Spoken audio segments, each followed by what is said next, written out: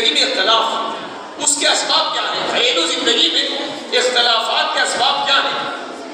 بیوی اور شوہر کی زندگی، یہ ماہ سفر میں موضوع۔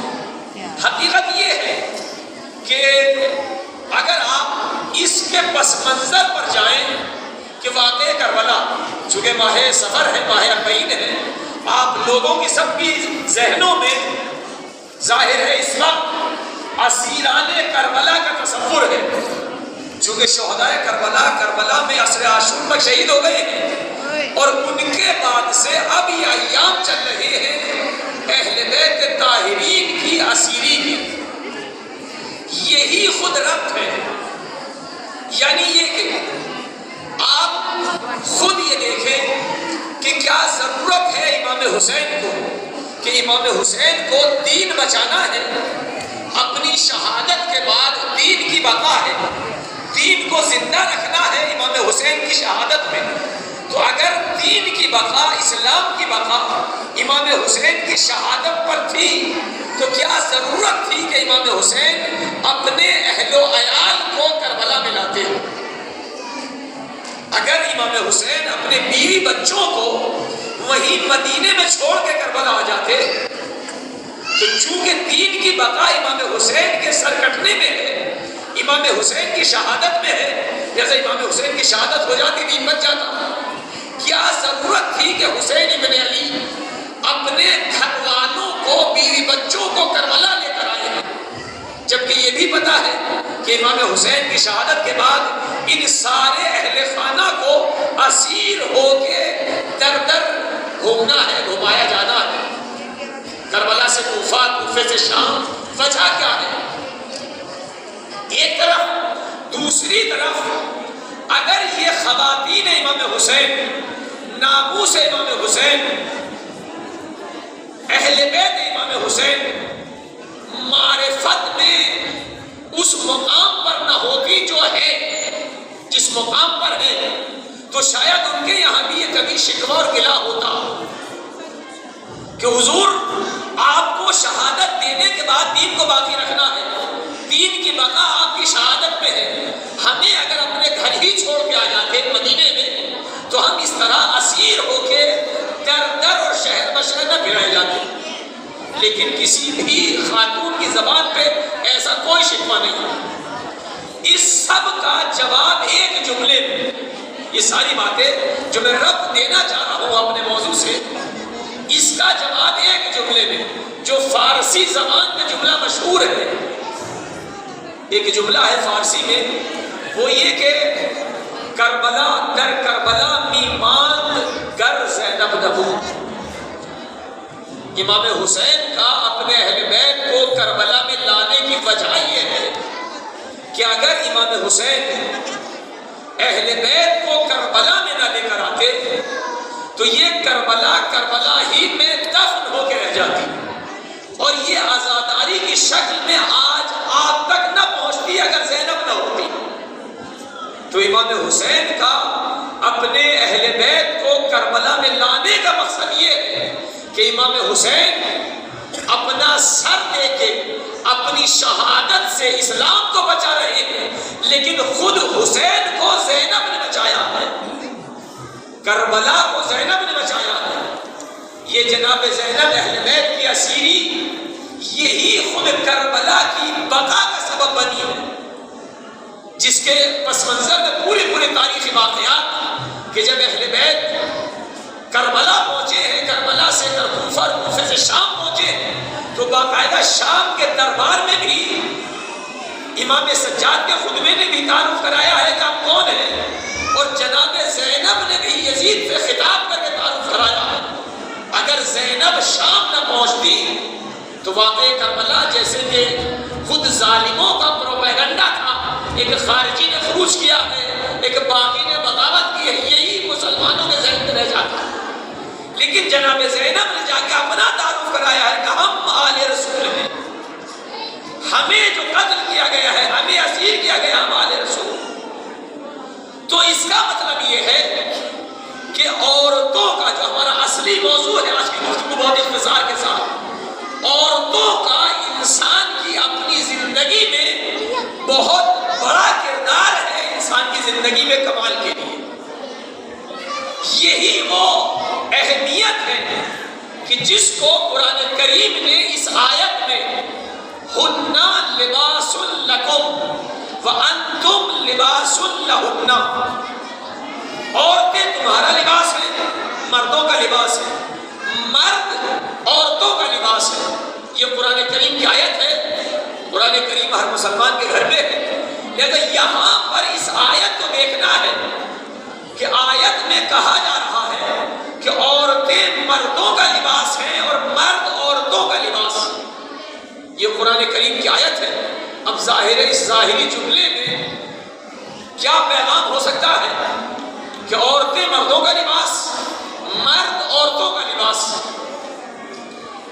اس جملے میں سینکڑوں پیغامات پوشیدہ ہیں جو ہم نے اپنی گفتگو کا موضوع قرار دیا ہے، گھریلو زندگی میں اختلاف، جس کا مقدمہ ہم نے بنایا ہے اہل بیت طاہرین کا امام حسین کے ساتھ ہم عقیدہ ہو کر کے ان کے قدم بہ قدم رہنا، خواتین کا مردوں کے ساتھ۔ اب یہ خواتین ممکن ہے مرد کے ساتھ ماں کی حیثیت سے ہو، بیوی کی حیثیت سے ہو، بہن کی حیثیت سے ہو، بیٹی کی حیثیت سے ہو، جو بھی رشتے ہیں، لیکن خواتین کا مردوں کے ساتھ ہم عقیدہ ہو کے ان کا قدم بہ قدم ہونا اس معراج اور کمال پر ہے کہ جس مقصد کو امام حسین لے کر کربلا پہنچے، اسی مقصد میں جناب زینب کو شریکت الحسین کہا جاتا ہے۔ شریکت الحسین یعنی کیا مطلب؟ یعنی مقصد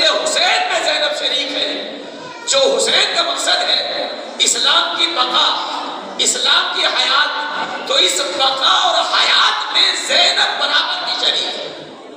تو یہاں پر جناب زینب شریکت الحسین کا مطلب یہ ہے کہ زینب حسین کے ہم عقیدہ ہے، زینب حسین کا ہم مقصد ہے، لیکن دونوں کا جہاد ہے اپنی اپنی نوعیت سے۔ امام حسین کا جہاد تلوار لے کر کے میدان میں آنا ہے اور اسر عاشور شہید ہونا، اسلام کی بقا۔ زینب کا جہاد اسیر ہو کے کوفے اور شام میں جا کے خطبے دینے ہیں، اور یہ ہر ایک خطبہ ایک میدانی جنگ ہے، لیکن اپنا اپنا وظیفہ ہے۔ اسی وظیفے کی بنیاد پر زینب شریکت الحسین۔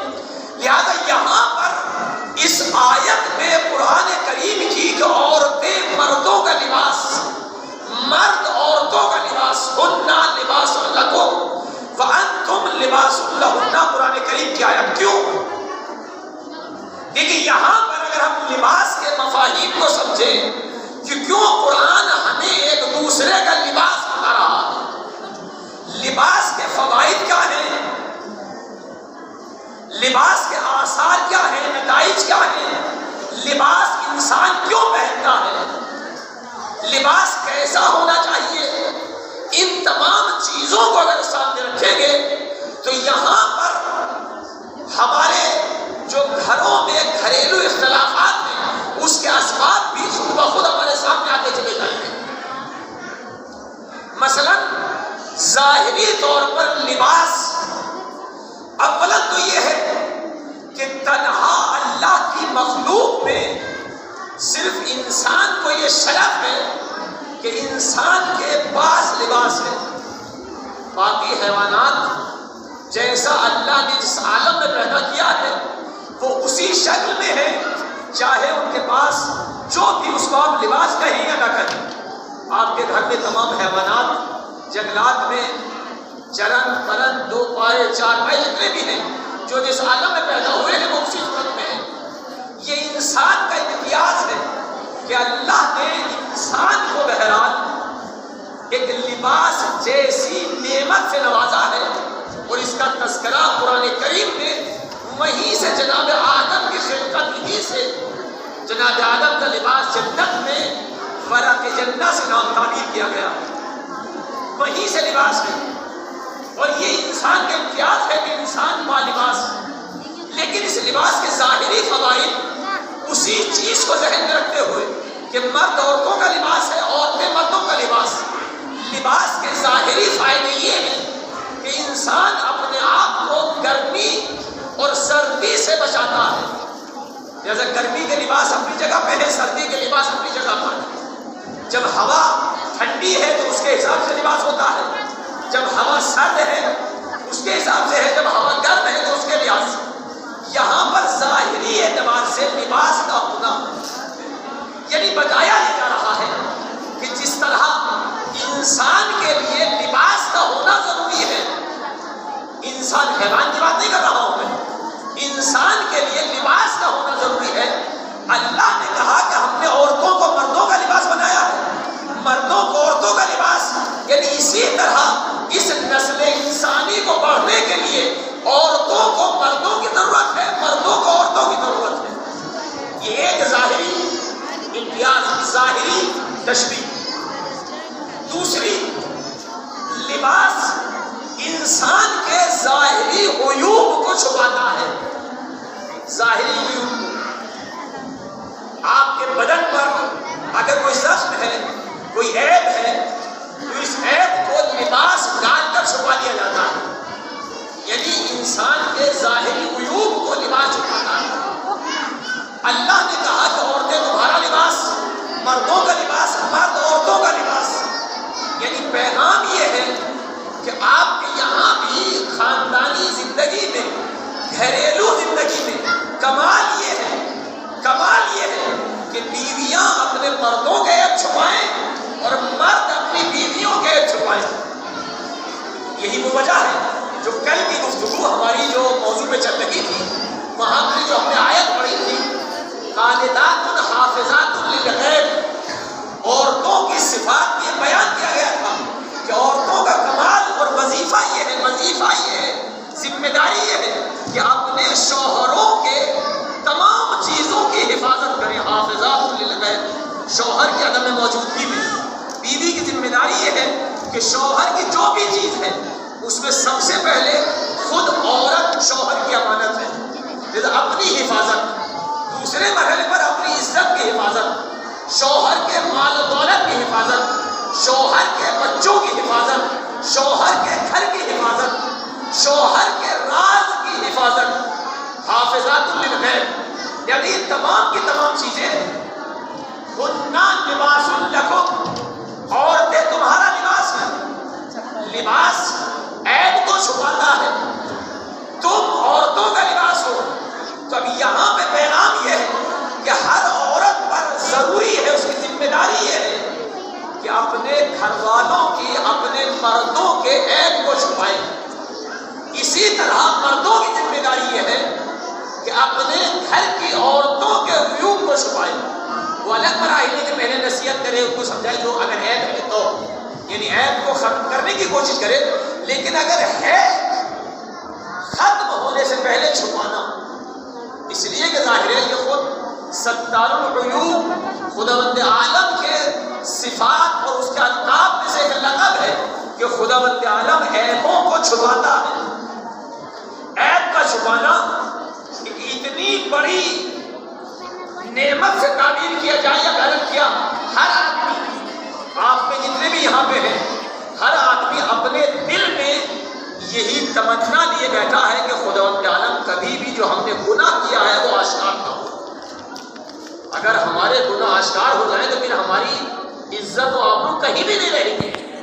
لہذا خود گناہ کرنا الگ مسئلہ ہے، گناہ کو چھپانے کے لیے اللہ سے توقع، امید. اللہ ستار العیوب ہے، عیبوں کو چھپاتا ہے. ستار الذنوب ہے، گناہوں کو چھپاتا ہے. یہی توقع ہر انسان رکھتا ہے. خداوند عالم نے یہ لباس عیب کو چھپاتا ہے. گھریلو زندگی میں جو اختلاف اور جھگڑے آتے ہیں اس کی وجوہات اور اسباب میں سے یہی ہے کہ پہلا مرحلہ جہاں کہیں گھریلو زندگی میں اختلاف ہو اس کی ایک وجہ یہ ہوتی ہے کہ میاں بیوی کا آپس میں ایک دوسرے پر عدم اعتماد، ایک دوسرے پر بھروسہ نہ ہونا. یہ زندگی میں جھگڑے اختلافات جو میاں بیوی میں شروع ہوتے ہیں، ایک دوسرے پر بھروسہ نہ ہونا، اعتماد نہ کرنا. اب جب ایک دوسرے پر بھروسہ نہیں ہوگا تو شوہر گھر سے باہر نکلے گا تو بیوی کے ذہن میں ہزاروں شک و شکوک کہ پتہ نہیں کسی دوسری بیوی کے پاس تو نہیں جاتا ہے، یہ پتہ نہیں کہاں جاتا ہے، کیسے کیا، اس طرح کے خیالات۔ ادھر شوہر کے ذہن میں شکوک کہ میں اگر گھر سے باہر جاؤں تو پتہ نہیں یہ کیا کرے گی، کہاں جائے گی، کیا۔ تو اسلام میں اہم ترین نقطہ جو قرار دیا ہے وہ یہی کہ گھریلو زندگی جیسے ہی آپ کی شادی ہوتی ہے، سب سے پہلا وظیفہ آپ کا یہ ہے، ہن لباس لکم وانتم لباس لہن۔ سب سے پہلی ذمہ داری یہ ہے کہ آپ ایک دوسرے پر اعتماد کریں، ایک دوسرے پر بھروسہ کریں۔ بیوی شوہر پر اعتماد کرے کہ یہ جہاں بھی جا رہا ہے راہ خدا میں رزق حلال کمانے کے لیے جا رہا ہے۔ شوہر بیوی پر اعتماد کرے کہ اگر میری عدم موجودگی میں یہ گھر پر ہے تو یقیناً قرآن کریم کی اس آیت کے مطابق حافظات للغیب میری عدم موجودگی میں میری تمام امانتوں کی حفاظت کرنے والی ہے۔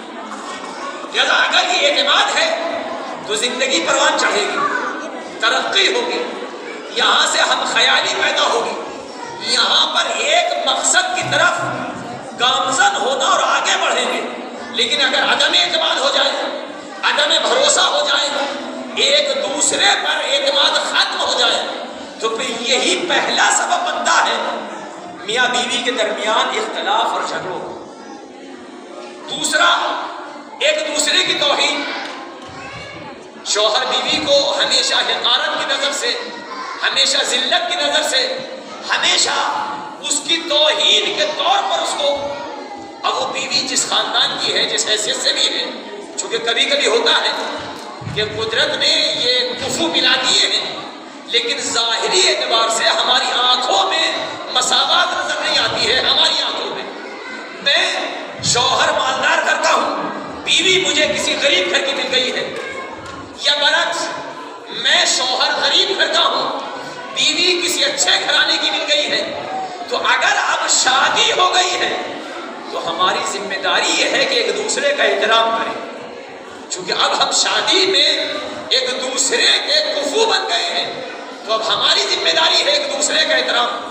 اگر ہم نے ایک دوسرے کی تحقیر اور توہین شروع کر دی، شوہر اپنے آپ کو بڑا سمجھتے ہوئے، اپنی مالی حیثیت سے، علمی حیثیت سے، منصب اور مقام کچھ بھی ہو، بیوی کی توہین، بیوی کے گھر والوں کی توہین، بیوی کے ماں باپ کی توہین، یا برعکس بیوی اپنے آپ کو بڑا گھرانے کا سمجھتے ہوئے شوہر کی توہین، شوہر کے گھر والوں کی توہین، اگر یہ سلسلہ رہے گا تو پھر دوسرا سبب گھریلو زندگی میں اختلاف کا یہاں سے شروع ہوتا ہے۔ لہذا پیغام الہی یہ ہے کہ اگر ہم ایک دوسرے سے رشتے ازدواج میں منسلک ہو گئے ہیں تو ہم پر شرعی ذمہ داری یہ ہے کہ ہم ایک دوسرے کا احترام کریں، بیوی شوہر کا احترام، شوہر بیوی کا احترام۔ یہ تمام کی تمام چیزیں جو میں لا رہا ہوں یہ اسی مقصد پر، وہی معرفت اور معیار کہ اہل بیت حسین کوئی کسی بھی گھرانے سے ہو، ساری ازواج حسین خود امام حسین اور بنی ہاشم کی خواتین نہیں ہیں، جناب لیلا ہو یا جناب رباب ہو، لیکن ہم معرفت میں اس منزل پہ ہیں کہ وہ حسین کے مقصد کو اپنا مقصد سمجھ رہی ہے، لہذا مقصد حسینی کے لیے لیلا اپنا اکبر دے رہی ہے، رباب اپنا اصغر پیش کر رہی۔ کیوں؟ اس لیے کہ وہاں مقصد حسینی سامنے ہے، لہذا ہماری خواتین ہمارے ساتھ بھی، یعنی ہن لباس لکم انتم لباس لہن کا مقصد یہ ہے کہ جب رشتے ازدواج میں منسلک ہو گئے ہو تو اب میاں بیوی دونوں کا مقصد ایک ہونا چاہیے، اور وہ مقصد معرفت اہل بیت اور ذکر الہی ہو۔ وہ مقصد دنیا نہیں کہ دنیا کمانے میں ایک ہو تو ہے، لیکن اصل مقصد ہے معرفت پروردگار۔ یہی وجہ ہے جو ہم نے کسی مجلس میں تذکرہ کیا تھا کہ جب کائنات کی عظیم ترین شادی حضرت امیر المومنین علی بن ابی طالب صلوات اللہ وسلامہ علیہ کی جناب فاطمہ سلام اللہ علیہا سے ہوئی، اور شادی کے اگلے دن پیغمبر نے پوچھا علی آپ نے فاطمہ کو کیسا پایا؟ پیغمبر نے سسر نے داماد سے پوچھا ہے، شادی کے اگلے دن علی آپ نے فاطمہ کو کیسا پایا؟ تو آج کا اگر جوان ہو اور اس سے پوچھا جائے شادی کے اگلے دن، پہلی رات گزرنے کے بعد اگلے دن پوچھا جائے کہ بیوی کیسی ملی، تو کیا جواب ہوگا یہ آپ کے اپنے اپنے ذہنوں میں ہے۔ لیکن جب علی سے پیغمبر نے پوچھا ہے علی فاطمہ کو کیسا پایا، تو مولا علی کا جواب پہلی رات کے بعد مولا علی کا جواب ہے نعم العون فی العبادہ، یا رسول اللہ فاطمہ کو عبادت الہی میں بہترین مددگار پایا ہے۔ مولا کائنات نے رسول خدا کو جواب دیا یا رسول اللہ فاطمہ کو عبادت الہی میں بہترین مددگار پایا ہے، لہذا اب فاطمہ کی عظمت سمجھیں۔ علی جو پوری کائنات کا مشکل کشا اور مددگار ہے، اس کی اگر کوئی مدد کر رہا ہے تو اسے فاطمہ کہتے ہیں۔ صلاۃ بھیجیے محمد والے محمد کو۔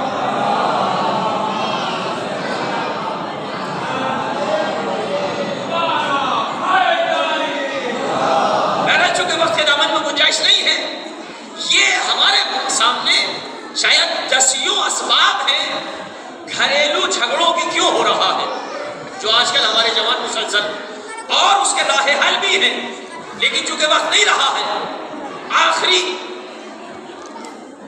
آج کل کے زمانے میں، یہ تو بہرحال ہمیشہ سے تھا جو میں نے بیان کیے ہیں، عدم اعتماد، عدم بھروسہ، تحقیر، یہ سارے مسائل۔ آج کے زمانے میں ایک اور جو نیا مسئلہ آیا ہے وہ ہے میڈیا، کہ ہمارے گھروں میں بیوی اپنا موبائل لیے بیٹھی ہے اور اپنی چیٹنگ میں مشغول ہے، واٹس ایپ پہ، انسٹاگرام، ہزاروں ایپ جو آج موجود ہیں یا ویب سائٹیں جتنے بھی ہیں، ان سب پہ لگی ہوئی ہے۔ شوہر اپنے موبائل میں ہے، بہرحال اپنے گھر سے، باہر سے، کاروبار سے، بزنس سے، جاب سے شوہر آتا ہے، آنے کے بعد وہ تصور جو اسلام نے دیا ہے کہ بیوی جیسے ہی شوہر آئے یا جائے تو دروازے تک بدرقہ اور استقبال بیوی کے باقاعدہ ذمہ داریوں میں اسلام نے رکھا ہے، کہ جب شوہر صبح کو اپنے گھر سے نکلتا ہے تو دروازے تک بیوی چھوڑنے جائے، اور جب شوہر آتا ہے تو وہیں تک لینے کے لیے جائے۔ یہ مستحبات میں سے ہے۔ خود کائنات کی شہزادی حضرت فاطمہ زہرا سلام اللہ علیہا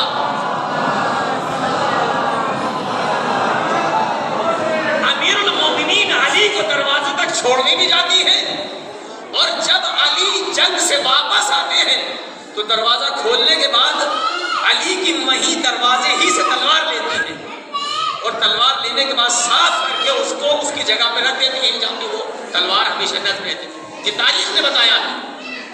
یہاں پہ ایک جملہ میں کہہ دوں کہ فاطمہ ایک ہاتھ سے تلوار لے کر کے رکھ دیتی ہے۔ یہاں سے ایک اور نقطے کی طرف لے جانا چاہ رہا ہوں۔ علی کی تلوار یہ وہ تلوار ہے کہ جو ہر کس و ناکس اٹھانے کی طاقت نہیں رکھتا ہے۔ تاریخ میں ملا ہے کہ علی ایک جنگ میں جنگ کرتے کرتے سامنے دشمن نے کہا کہ علی سنا ہے بہت بڑے بہادر ہو، بہت بڑے سخی ہو، بہادری تو ہم آپ کی جنگوں میں دیکھ رہے ہیں، لیکن سنا یہ ہے کہ آپ سخی بھی بہت بڑے ہو۔ کہا کیا چاہتا ہے؟ بولے میں سخی تب مانوں گا کہ جب آپ مجھے اپنی تلوار دے دیں۔ میدان جنگ ہو رہی ہے، سامنے والے دشمن نے تلوار مانگی ہے، علی نے اپنی تلوار اس دشمن کے سامنے یوں ہی پھینک دی۔ اب یہاں پر جو تاریخ بتاتی ہے، ایک مرتبہ دشمن نے دیکھا کہ علی نے تلوار پھینکی، تلوار کو اٹھانے کے لیے جھکا۔ یہاں پہ خطبہ پڑھتے ہیں کہ علی نے سر اپنا آسمان کی طرف بلند کیا کہ پروردگار اس کا سر میں نے جھکا دیا ہے، دل تو جھکا دے۔ اب اس نے تلوار کو ہاتھ لگایا، زور لگائے، لیکن تلوار کو ہلا بھی نہیں سکا ہے۔ علی کی تلوار اٹھانا تو بہت دور کی بات ہے، لیکن یہاں سے فاطمہ کا علی کا کفو ہونا، کہ اگر علی نہ ہوتے تو فاطمہ کا کوئی کفو نہ ہوتا، فقط ایک رخ میں نہیں، ہر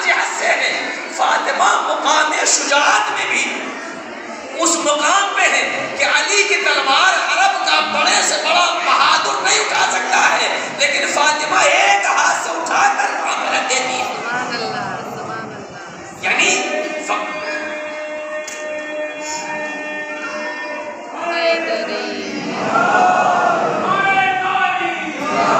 وہ تمام کے تمام کمالات جو آپ دیکھیں، اگر موت و حیات علی کی ٹھوکروں میں ہے، علی مردے کو اگر ٹھوکر مارتے اور زندہ ہو جاتا ہے، آپ نے بہت واقعہ سنے، یہی قدرت فاطمہ کے ہاتھ میں بھی ہے۔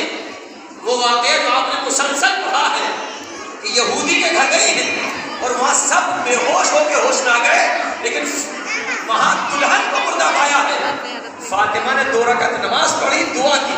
یہاں 2 رکعت نماز پڑھ کے دعا کر کے زندہ کرنا، یعنی فاطمہ بتانا چاہتی ہے کہ موت و حیات میری بھی ٹھوکروں میں ہے، لیکن ایک عورت کی زیب نہیں دیتا کہ ٹھوکر مار کے زندہ کرے، لہذا دعا کر کے زندہ کر کے بتا رہی ہے کہ جیسی قدرت علی کے ہاتھ میں ہے وہی قدرت میرے ہاتھ میں بھی ہے۔ جیسا خود تاریخ امیر المومنین میں بھی ہے کہ کہیں علی نے ٹھوکر مار کے زندہ کیا ہے، کہیں علی نے 2 رکعت نماز پڑھ کے زندہ کیا ہے۔ مدینہ المعاجز میں اس طرح کے واقعات بہت زیادہ علامہ بہرانی نے لکھے ہیں۔ لہذا یہاں پر جناب فاطمہ امیر المومنین کا استقبال، یہ ہماری خواتین کے لیے کہ جب مرد گھر میں آئے، آج کا ہمارا زمانہ کیا ہے، استقبال اور بدرقہ تو بہت دور کی بات ہے، شوہر گھر میں آ جاتا ہے، بیوی کو پتہ بھی نہیں چلتا کہ شوہر گھر میں آ گیا ہے یا نہیں آیا، اس لیے کہ بیوی اپنے موبائل میں مشغول ہے، اپنی چیٹنگ میں لگی ہوئی ہے، اس کو احساس بھی نہیں ہوتا کہ ہمارے گھر میں یہی صورتحال شوہر کی بھی ہے، آتے ہیں اپنے موبائلوں میں۔ جبکہ یہاں یہ تیسری وجہ ہے گھروں میں اختلاف کی، میاں بیوی کے درمیان اختلاف کی تیسری وجہ یہ بھی ہے جو یہ آج کے زمانے میں ہے، اور جو وجوہات بیان کی وہ پہلے بھی تھی، اور بھی بہت سی وجوہات ہیں، لیکن عصر حاضر میں جیسے یہاں پر مردوں کی ذمہ داری ہے کہ اپنی بیویوں کو، اپنے بچوں کو ٹائم دیا جائے، اسی طرح بیویوں کی ذمہ داری یہ ہے کہ جب گھر میں شوہر آ گیا ہے تو اب یہ ٹائم شوہر کا ہے، اس کو ٹائم دیا جائے کہ شوہر گھر میں آیا ہے، محنت، مزدوری، جاب، کاروبار، بزنس جہاں سے بھی آیا اب گھر میں آ گیا ہے تو شوہر کی ذمہ داری۔ لہذا یہاں پر یہ مسائل جو آج ہمارے معاشرے میں میاں بیوی کے درمیان اختلاف کا سبب بنتے چلے جا رہے ہیں، ان تمام چیزوں کو اگر توجہ دیں تو یقیناً ساری مشکلات حل ہو سکتی ہیں، اور ان ساری چیزوں کے لیے اہل بیت طاہرین کی زندگی ہمارے لیے آئیڈیل ہے۔ جیسے ہم نے جناب فاطمہ کی چند مثالیں پیش کی ہیں، اسی طرح اہل بیت طاہرین جو کربلا میں ہیں ان کی زندگی بھی ہمارے لیے آئیڈیل ہے۔ ہم نے کہا کہ وہاں پر تمام اہل بیت حسین کا مقصد وہی ہے جو حسین کا ہے۔ حسین کے مقصد میں کامیابی کے لیے ام لیلہ اپنا اکبر دے رہی ہے، حسین کے مقصد میں کامیابی کے لیے جناب ام رباب اپنا اصغر دے رہی ہے، اور یہی تک نہیں کہ اپنے جوانوں کو حسین کی راہ میں شہید کر رہی ہے، اس لیے کہ سمجھتے ہیں کہ یہی حسین کا مقصد ہمیں اس خدا کی معرفت تک پہنچائے گا جو حسین کا مقصد ہے، دین کی بقا، دین کی حیات۔ یہی تک نہیں کہ بچوں کو قربان کیا ہے، بلکہ اسی مقصد حسینی میں اپنی اسیری کو بھی کہ اسلام اگر تیری بقا حسین کے سر کٹنے میں ہے اور اس کے بعد تجھے ہماری چادر کی ضرورت ہے تو ہم چادر دینے کے لیے تیار ہیں۔ یہی تک نہیں، اہل بیت طاہرین اسیر ہو کے کربلا سے کوفہ اور کوفے سے شام پہنچے ہیں۔ یہ ایام 40 وہی ایام ہیں کہ جب اسیر شام میں وارد ہو گئے ہیں، لیکن عزیزوں کیسے شام میں وارد ہوئے ہیں؟ عجیب و غریب تاریخ نے منظر لکھے ہیں کہ جب اہل بیت طاہرین کو شام کے دروازے پر لے جایا گیا ہے، شہر شام کے دروازے پر، تو اسیروں نے دیکھا کہ شہر شام کو سجایا جا رہا، وہاں پہ سجانے میں جشن اور خوشیاں منائی جا رہی ہیں۔ ایک مرتبہ جناب زینب نے منظر دیکھا، اور منظر دیکھنے کے بعد سید سجاد سے کہا، بیٹا سید سجاد، شمر کو بلاؤ اور بلانے کے بعد اس سے کہو کہ ہمیں اس دروازے سے نہیں اگر دربار یزید ہی میں لے جانا ہے تو دربار کے پیچھے والے دروازے سے لے جا، ہمیں بازار سے نہ لے کر جا۔ امام سجاد نے شمر کو بلایا اور بلانے کے بعد اپنی پھوپھی کا پیغام دیا ہے کہ ہماری پھوپھی کہہ رہی ہے کہ ہمیں اس بازار کے دروازے سے دربار میں نہ لے کے جا، لیکن شمر نے امام کی بات کو نہ مانا اور ایک مرتبہ جب اسی دروازے سے لے جایا گیا ہے تو اب یہ پہلا مقام ہے کہ زینب نے چاہا ہے کہ ان ظالموں کے لیے بد دعا کرے، بد دعا کے ارادے سے سر کو بلند کیا۔ اب جو سر بلند کیا ہے تو زینب کی نگاہیں حسین کے سر پہ پہنچی، دیکھا سر حسین سے آنکھوں سے آنسو جاری ہے۔ زینب تڑپ کے کہتی ہے میرے ماں جائے، رونے کی وجہ کیا ہے؟ سر مریدہ سے آواز آئی زینب بد دعا نہ کرنا ورنہ تیرے نانا کا دین ختم ہو جائے۔ اجرکم اللہ، زینب نے جملہ سنا، اے میرے بھیا ہم تیری رضا میں راضی ہیں، خواتین اپنے مردوں کے ساتھ جو ہمارا عنوان ہے، اے بھیا ہم تیری رضا میں راضی ہیں، جیسے بھی ظالم لے جانا چاہتے ہیں ان کو دربار میں لے جایا گیا۔ لے جانے کے بعد اب بازاروں میں گھمانے کے بعد جب دربار میں لے جایا گیا ہے، آخری جملہ اور مسائل تمام ہے، مجلس تمام ہے، جب دربار میں لے جایا جاتا ہے تو ایک مرتبہ یزید شمر سے کہتا ہے شمر یہ کن کو لے کر آیا ہے، کون ہے؟ شمر نے کہا کہ حسین کے اہل بیت ہیں، کہ ان کا تعارف کرایا جائے۔ شمر آگے بڑھا اور اب ایک کا تعارف کرا رہا ہے، یہ رباط زوجہ حسین ہے، یہ ام فروا زوجہ حسن ہے، یہ ام لیلا ہے۔ اور تعارف کراتے کراتے جب آگے بڑھا، آگے ہی زینب بنت علی، یہ زینب بنت علی ہے۔ جب یزید نے زینب کا نام سنا کہا زینب بھی آئی ہے، میں نے سنا ہے زینب بہت فصیحہ ہے، بہت بلیغہ ہے، بہت اچھی گفتگو کرتی ہے، میں زینب سے گفتگو کرنا چاہتا ہوں۔ ایک مرتبہ یزید نے جملہ کہنے کے بعد کھڑا ہوا ہے، لیکن زینب کے سامنے فضا آ جاتی ہے، اے شمر خبردار، کہاں یزید اور کہاں علی کی بیٹی نے زینب سے گفتگو ہو، ایسا کبھی نہیں ہو سکتا۔ شمر نے فضا کی بات سنی، ایک مرتبہ تازیانہ اٹھاتا ہے اور تازیانہ اٹھا کے فضا کے مارنا چاہتا ہے۔ فضا نے بھرے دربار میں دیکھا کہ 400 حبشی ننگی تلواریں لیے بیٹھے ہیں۔ فضا نے جملہ کہا، اے میری قوم کے حبشیوں، تمہاری غیرت کو کیا ہو گیا ہے؟ تمہارے قبیلے کی عورت پر یہ شمر تازیانہ مارنا چاہتا ہے، تم بیٹھے ہو۔ ایک مرتبہ حبشیوں کو جلال آ جاتا ہے، تلوار نکالی، کہا یزید شمر کو روک لے ورنہ تلوار میں خون کی ندی بہہ جائے گی۔ زینب نے منظر دیکھا، نجف کا رخ کیا بابا، ایک کنیز کے بلانے پر سینکڑوں حبشی موجود، لیکن تیری بیٹی یزید کے دربار میں تنہا کھڑی ہے، کوئی نہیں ہے جو زینب۔ انا للہ و انا الیہ